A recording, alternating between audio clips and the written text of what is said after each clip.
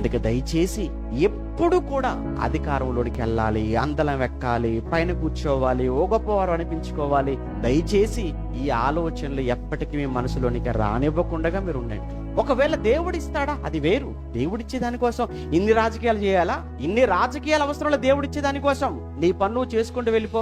దేవుడికి నచ్చితే నువ్వు ఎక్కడ తీసుకొచ్చి కూర్చోబెడతాడు. ఇప్పుడు దావీదు ఎక్కడ?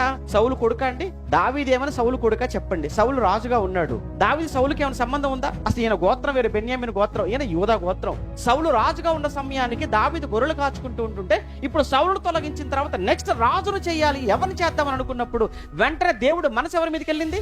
దావీదు మీదకి వెళ్ళింది.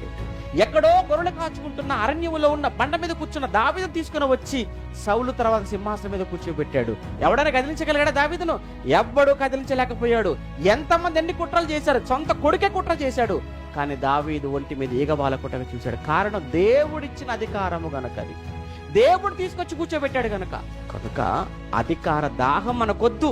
మనం కావాలనుకున్నది ఏది మనకు రాదు. దేవుడు పట్ల, దేవుడు మనల్ని ఎలా బతకమన్నాడో, ఏం చేయమన్నాడో, ఎలా ఉండమన్నాడో అలా మీరు ఉండండి. అలా మనం బతుకుతుంటే దేవుడు తీసుకొస్తాడు, దేవుడు ఇస్తాడు. అది అంతే తప్ప మనకు మనంగా తెచ్చుకునేది, మనకు మనంగా సంపాదించుకోవాలనుకున్నప్పుడు అబద్ధాలు చెప్పాలి, నిందలు వేయాలి, మోసం చేయాలి, గొడవలు పెట్టాలి, కలహాలు పెట్టాలి, అవసరమైతే దాడులు చేసుకోవాలి, అవసరమైతే చంపుకోవాలి. ఎందుకు? మనకున్న అధికార దాహం.